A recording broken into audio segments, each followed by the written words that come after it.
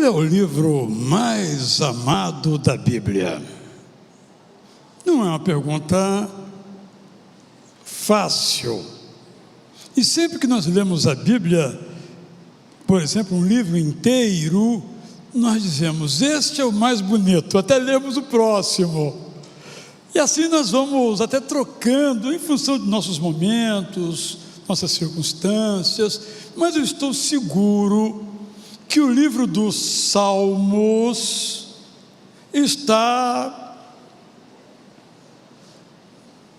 Vamos ver como é que está a situação. Eu ia dizer uma frase, mas vou fazer aqui uma enquete rápido. Aqui é pena que a gente está em casa, não possa participar, mas você pode colocar lá no YouTube a sua opinião. Eu vou dar aqui, vou escolher 3 livros aqui da Bíblia. E você vai votar, só pode votar num. Claro, é maldade, eu sei disso. O certo é votar no 66, não é verdade? Eu nem vou citar Oséias, por exemplo, porque realmente é uma coisa assim, espantosa, a beleza. Nem vou mencionar, esse eu vou mencionar. Então vamos lá, 3 livros da Bíblia. Depois você reclama comigo que não escolhi aqueles, mas se eu fizer mais do que 5 fica difícil votar, só 3.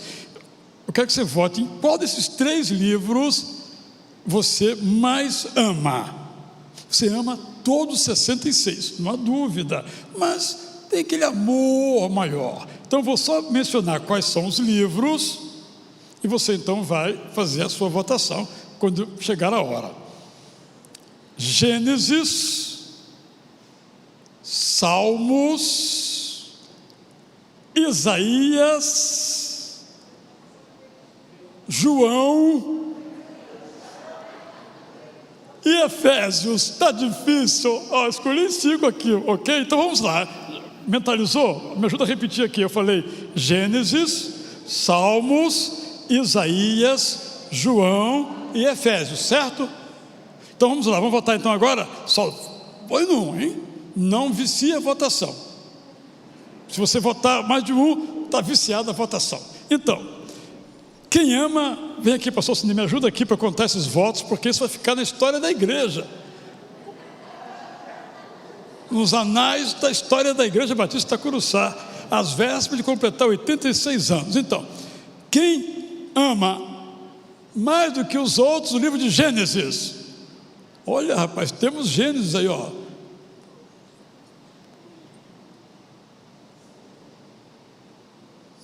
6. Muito bem. Quem ama o livro dos Salmos?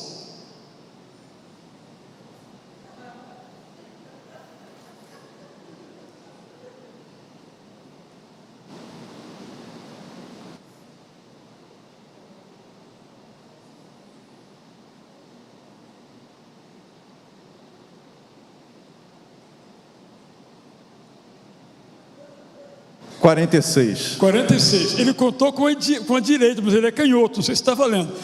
Quem ama o livro de Isaías?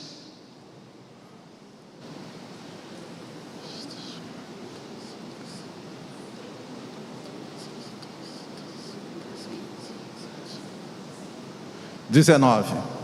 Quem ama o Evangelho de João? Esse vai ser difícil.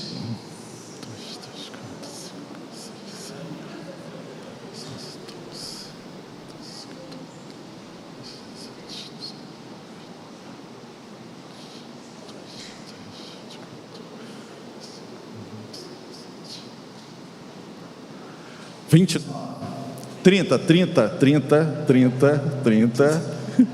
Quem ama Efésios?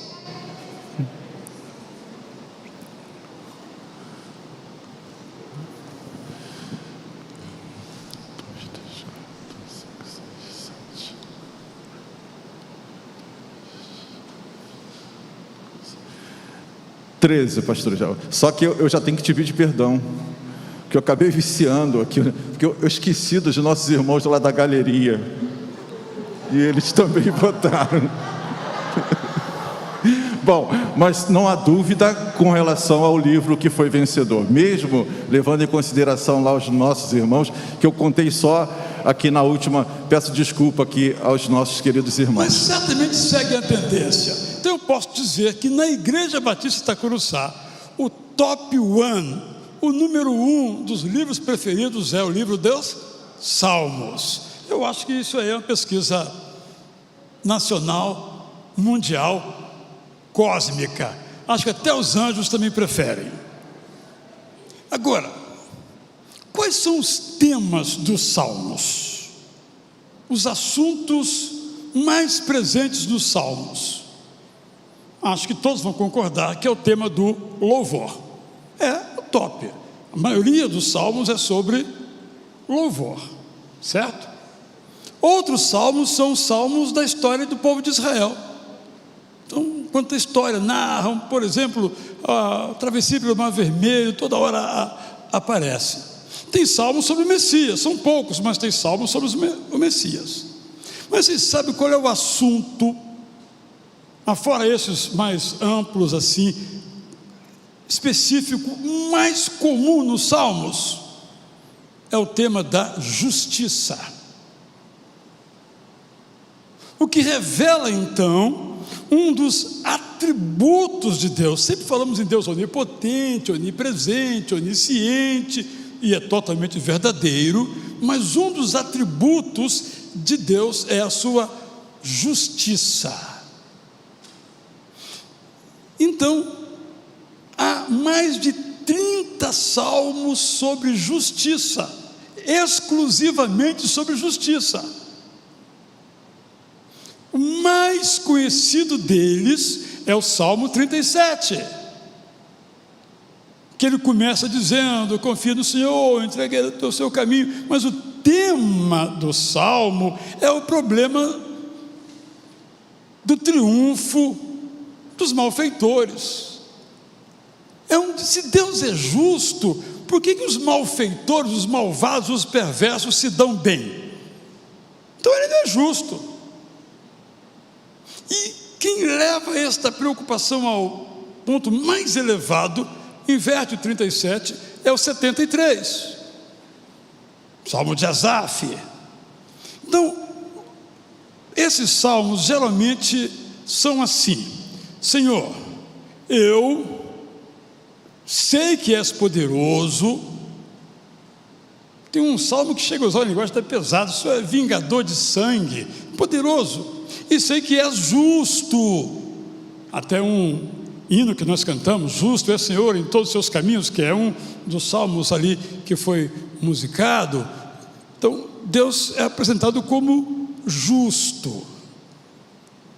Essa justiça, ela tem a ver às vezes com o salmista: eu estou sendo alvo de injustiça, socorre-me, Senhor, e me protege.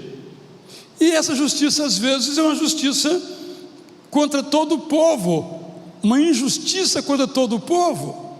Imagine, por exemplo, nem coloquei na lista, o poeta indo para o exílio, lá o algoz pede para cantar uma música bonita de Jerusalém. Como é que eu vou cantar um hino em terra estranha? É uma maneira de protestar contra aquela injustiça do exílio, da escravidão, da opressão. Um destes salmos da justiça é o Salmo número 7.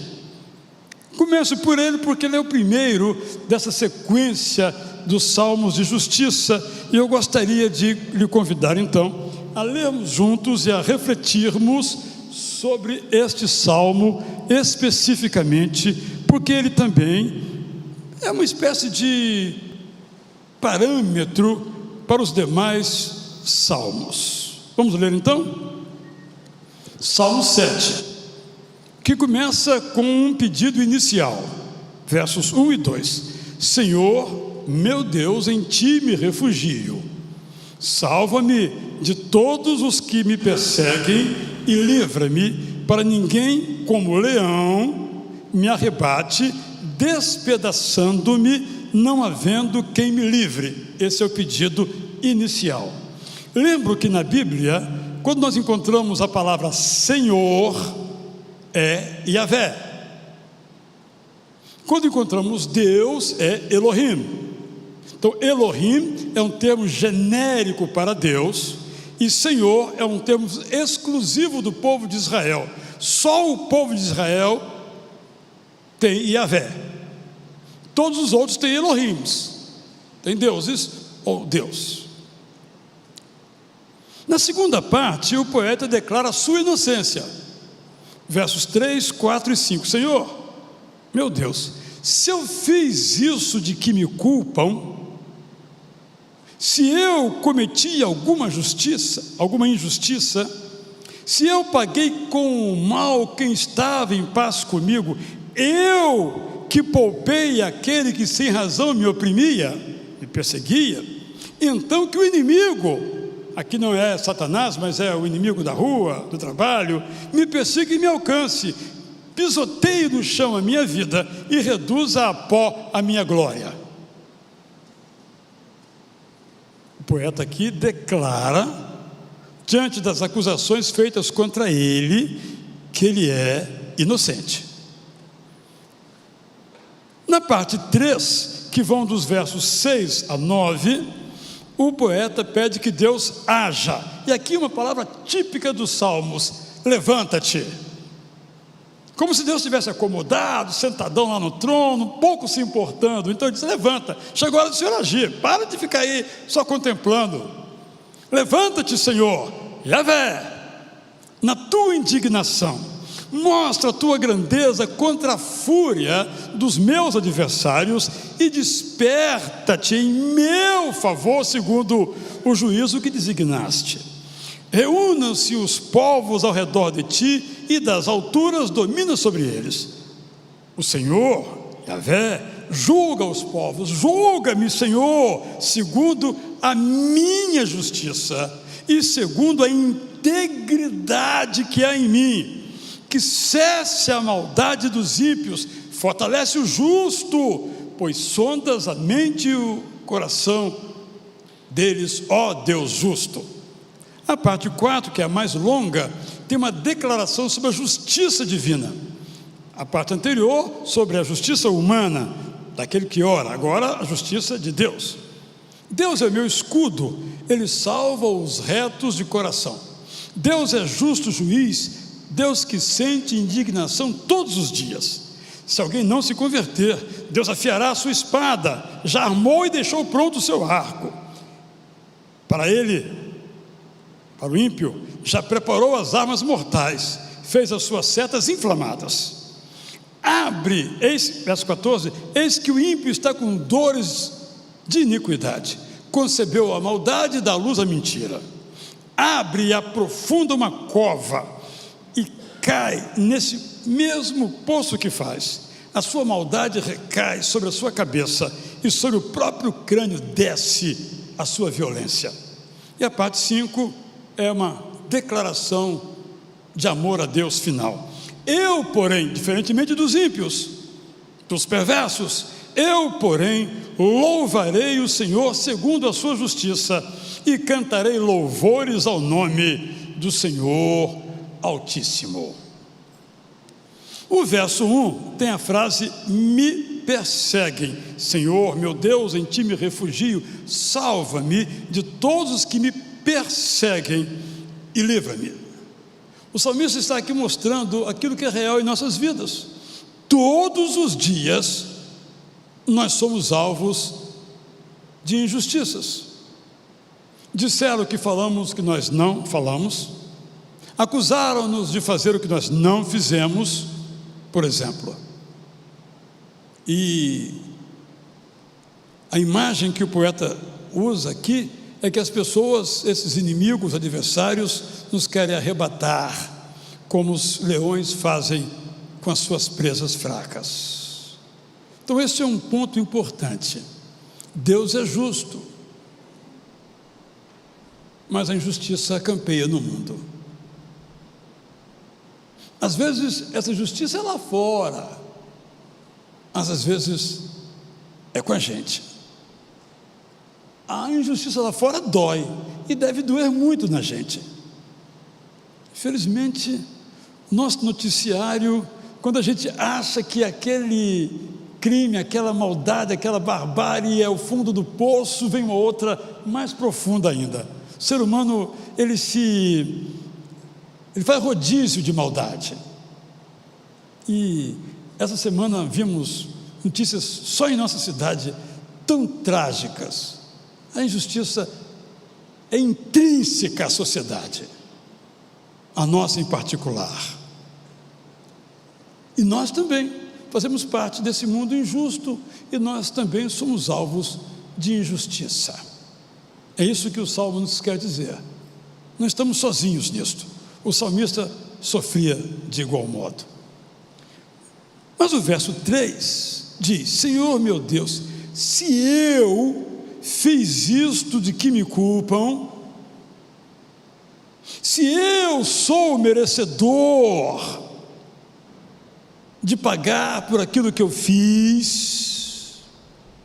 Muito interessante, porque isso nos lembra dois salmos bem conhecidos. O Salmo 26, 2: examina-me, Senhor, e prova-me, sonda o meu coração e os meus pensamentos. E qual é o outro salmo que eu vou citar agora? 139, vocês já sabem. O verso 23 diz: sonda-me, ó Deus, e conhece o meu coração, prova-me e conhece os meus pensamentos. Eu mereço, Senhor, eu mereço pagar por aquilo que eu fiz. Tudo bem, o Senhor me sonda, eu quero ser corrigido pelo Senhor. Mas só que o poeta, ele faz uma oração muito interessante no verso 6.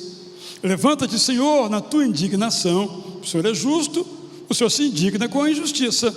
Mostra a tua grandeza contra a fúria dos meus adversários, e desperta-te em meu favor, segundo o juízo que designaste. Se tem uma coisa extraordinária nesse salmista, é a sua consciência tranquila. Isso que estão dizendo a meu respeito não procede.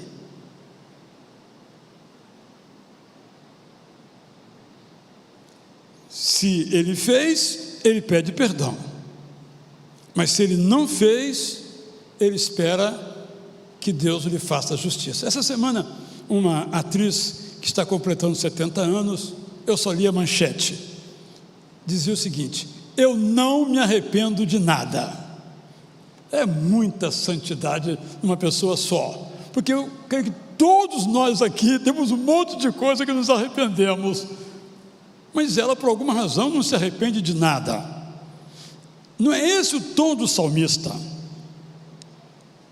O tom do salmista é: me defenda, se eu fiz, estou pronto para pagar, eu me arrependo.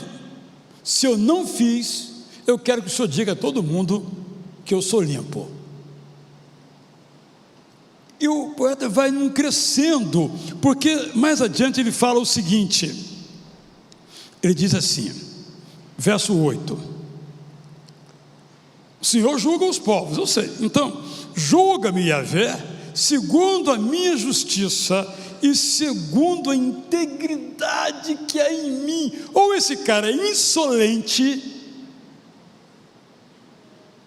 ou ele realmente procurava viver uma vida íntegra, e eu estou com a segunda opção, porque ele me lembra,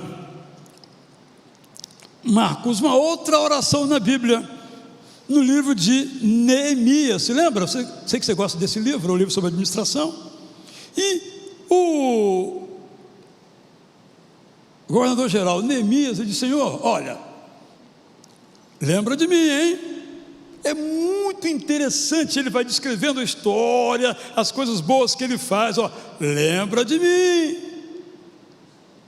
Ele diz assim: lembra de mim, porque eu estou sendo correto no que eu estou fazendo. Meu irmão, minha irmã, é mais ou menos o que Paulo diz: sejam meus imitadores, Esse cara é insolente. Como é que seja meu imitador? Vai ser arrogante, prepotente assim, lá em Corinto? Mas observe, Paulo diz isto porque ele procurava viver de modo íntegro. Então não é vaidade, não é prepotência de Neemias, de Paulo ou aqui do salmista. Eu olho para a minha vida. Irmão, isso eu quero lhe dizer. Estou falando agora eu, Israel, não eu imaginário, não. Eu olho para a minha vida e eu tenho que chegar a uma conclusão. Eu posso ser imitado? Nós todos temos que ser imitadores de Paulo, que era imitador de Cristo. Então a nossa vida tem que ser aprovada por Deus. Porque se a graça me alcançou, mas ela não repercute nas minhas ações, é apenas uma palavra. Então eu quero lhe colocar esse desafio que eu tenho colocado para mim mesmo. Você tem coragem de repetir as palavras de Paulo, sejam meus imitadores? Você, pai, fala para o seu filho, pode me imitar, que eu imito a Cristo. Não tem outro jeito, é pesado, mas não tem outro jeito. Até porque, como já mencionei em outra mensagem, mesmo que você não diga isso, o seu filho vai fazer isso. Então, tenha consciência que é assim que as coisas funcionam. Seu colega de trabalho, ele está olhando para você. Queira você ser um exemplo, não é? Você é um exemplo. Então, seja um exemplo bom. É isso que ele está dizendo. Julga-me segundo a integridade que há em mim. É claro que nós sabemos que nós não somos 100% íntegros, mas nós buscamos ser 100% íntegros, estamos na jornada da integridade. Isso nos importa, isso nos interessa, isso nos incomoda. Neemias 5,19, só para recordar: lembra-te de mim para o meu bem, ó meu Deus, de tudo que fiz por este povo. Se você escrever um livrinho, vai colocar essas frases aí? Tem que colocar.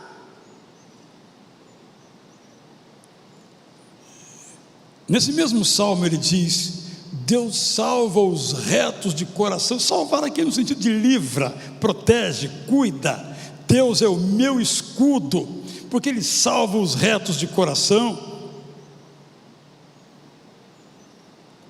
Os versos mencionados de 11 a 17 nos fala: Deus é justo juiz, no verso 11. Deus sente indignação contra a injustiça todos os dias.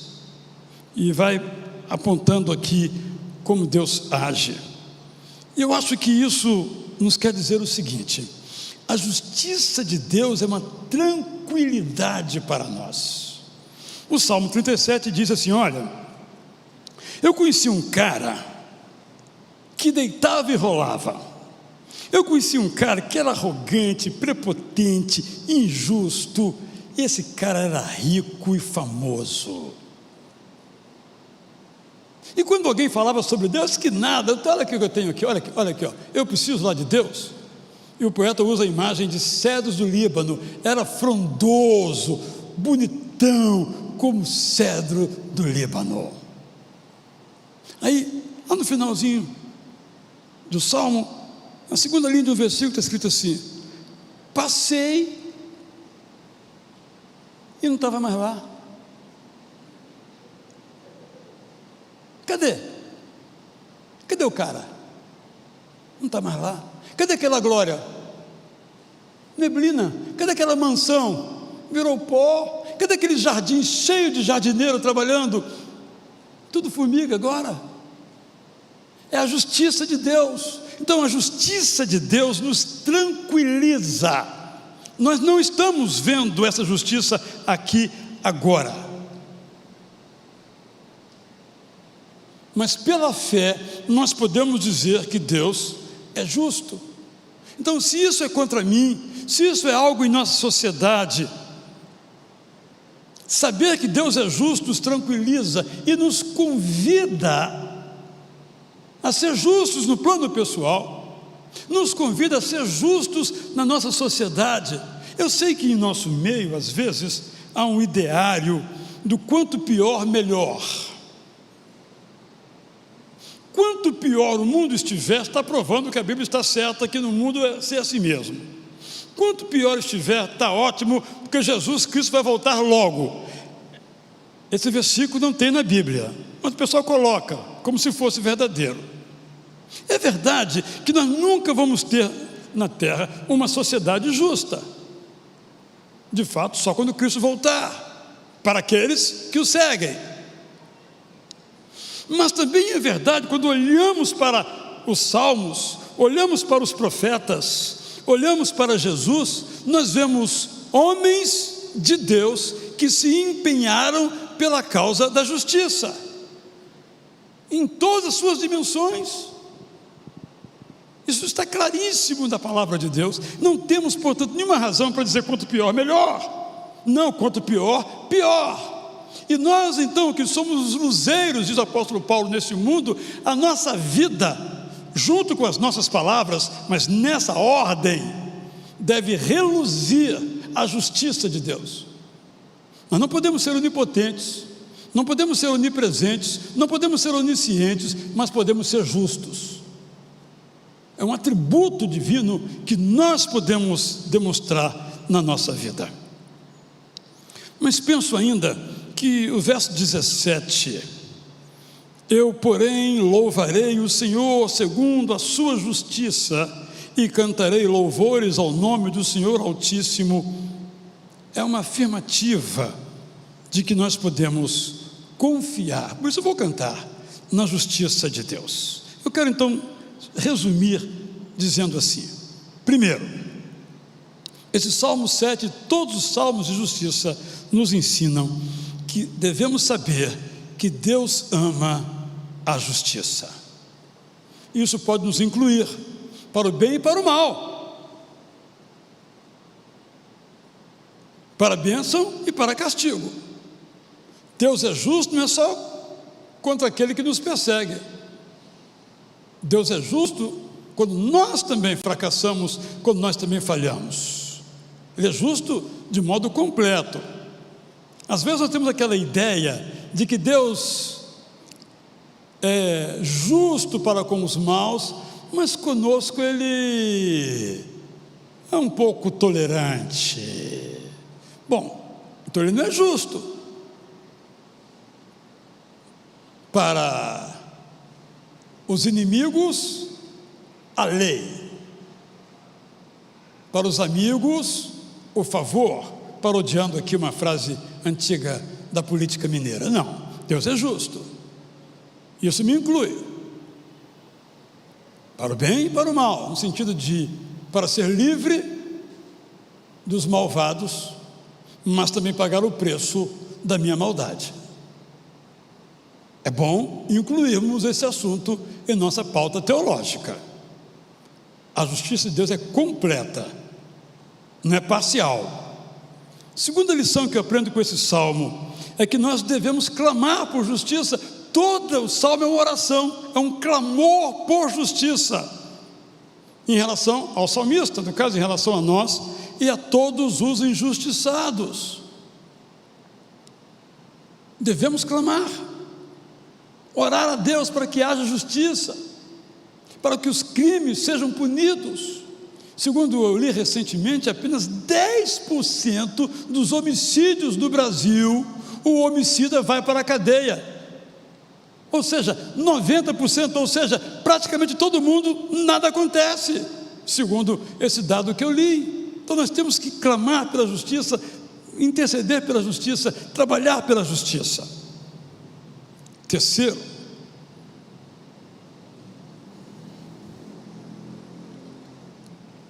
recentemente houve um conjunto de ações do Ministério Público do Trabalho sobre o trabalho escravo. E houve um episódio que aí houve a defesa, não estou entrando aqui no mérito da questão, em que um pastor mantinha uma moça desde a menor idade como uma agregada, mas que na verdade era uma escrava doméstica.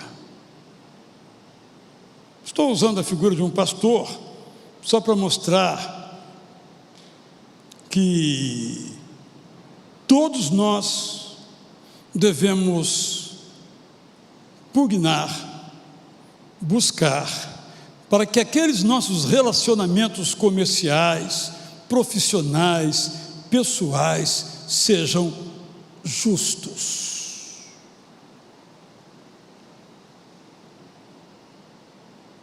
Como é que eu, Israel, trato aquele entregador que levou lá em casa algo que eu comprei?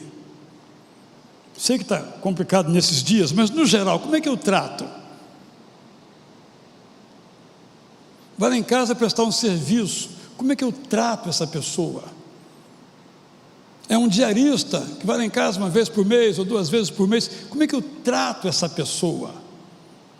Justiça é isso, não é uma coisa teórica. Então, em terceiro lugar, isso que estou dizendo, é que nas nossas relações, naquilo que depende do que fazemos, do modo como agimos, nós devemos ser justos.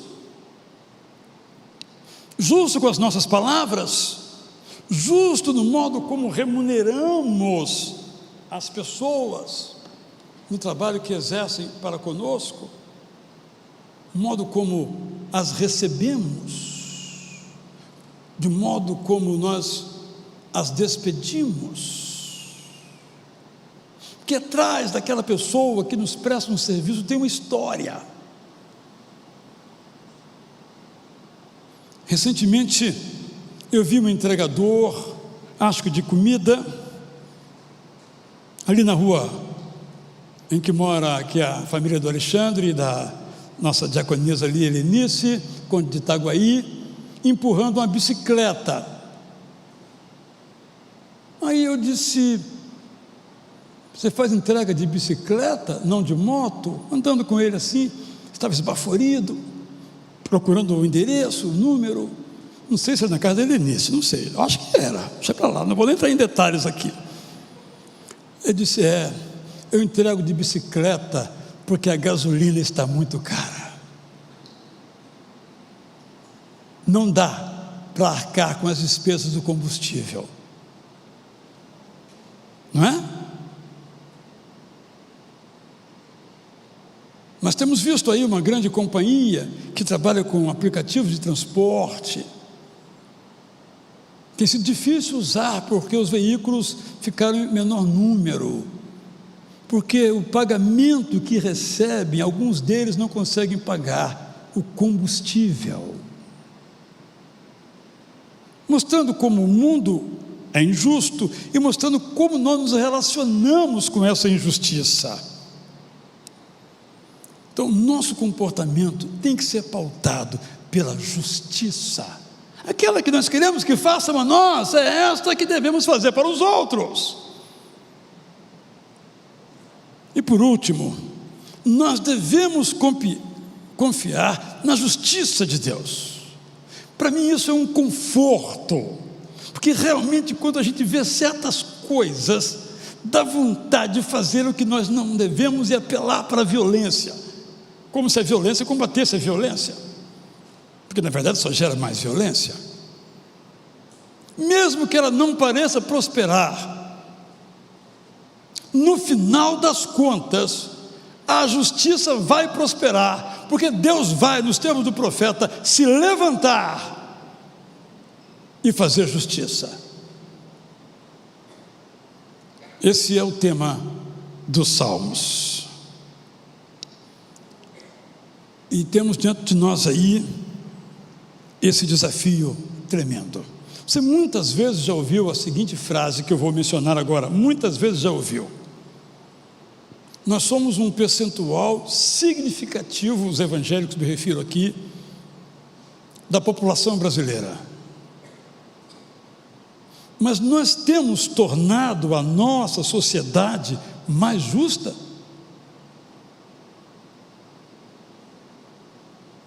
os nossos padrões são, vou usar uma palavra aqui difícil, mas necessária, superiores aos dos que nos seguem a Cristo, porque deviam ser. Nós somos os luzeiros de Cristo. São perguntas. Nós sempre gostamos de cantar aqui, a começar em mim, haja paz na terra. Talvez devamos também cantar, essa música não foi composta ainda, a começar em mim, haja justiça na terra. A começar em mim. Eu aqui estou falando de um cara chamado Israel, e você pode se incluir aí. Penso que nós temos perdido essa perspectiva evangélica presente aqui nesse Salmo 7 e em tantos outros salmos. Nossa oração ao nosso Deus é que Ele venha nos ajudar de tal modo que as nossas vozes, em segundo lugar, e em primeiro lugar as nossas ações, ecoem esse atributo divino, o atributo da justiça, através de nós. Que Ele então nos abençoe, capacite, dirija, instrua, sonde, corrija, conduza. Nós podemos ser homens e mulheres de Deus, justos, justas, íntegros, íntegras.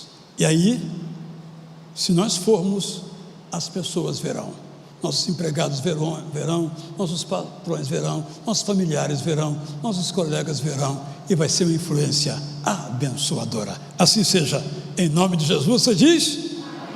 Vamos então à nossa celebração da ceia do Senhor.